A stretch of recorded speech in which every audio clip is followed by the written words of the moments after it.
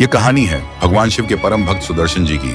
सुदर्शन दिन भर मजदूरी करते और रात में शिव मंदिर में ध्यान लगाते, लेकिन कई दिनों से उनका काम बंद हो गया था। उनके घर में अनाज का एक दाना भी नहीं बचा था। पत्नी बीमार थी, बच्चे भूख से बिलख रहे थे, पर सुदर्शन ने अपनी भक्ति में कोई कमी नहीं आने दी। एक रात जब भूख के कारण उनकी आंखों से नींद गायब थी, उन्होंने तय किया कि जंगल के पास लगे पुराने बेल के पेड़ से बेल पत्र तोड़कर शिवलिंग पर चढ़ाएंगे। वो श्मशान के रास्ते जंगल की ओर बढ़े। घना अंधेरा था और चारों ओर सन्नाटा। तभी उन्हें श्मशान के बीच से एक हल्की रोशनी आती दिखाई दी। जिज्ञासा से भरे सुदर्शन श्मशान के भीतर चले गए। वहां उन्होंने देखा कि चिता की आग जल रही है और एक साधारण सा व्यक्ति राख में बैठा रोटियां सेंक रहा है। सुदर्शन को देखकर वह व्यक्ति मुस्कुराया और बोला, कौन हो तुम? इतनी रात को यहाँ क्यों आए हो? सुदर्शन ने विनम्रता से कहा, मैं शिव का भक्त हूँ।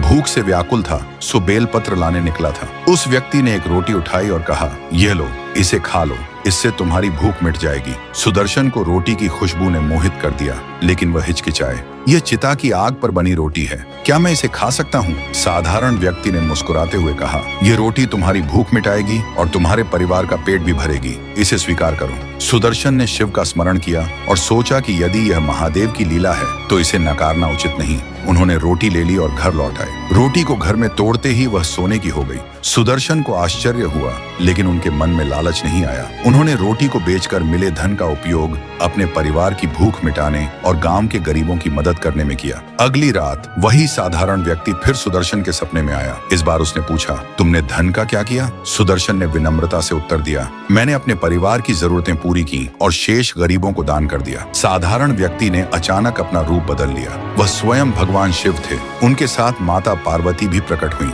माता पार्वती ने पूछा, वत्स, तुमने सोने की रोटी अपने लिए क्यों नहीं रखी? सुदर्शन ने उत्तर दिया, माँ, मुझे संतोष चाहिए, संपत्ति नहीं। जो धन दूसरों के काम ना आए उसका क्या मूल्य? शिवजी ने प्रसन्न होकर कहा, तुम्हारी भक्ति और त्याग ने हमें प्रसन्न कर दिया है। अब से तुम्हारे घर में कभी अभाव नहीं रहेगा।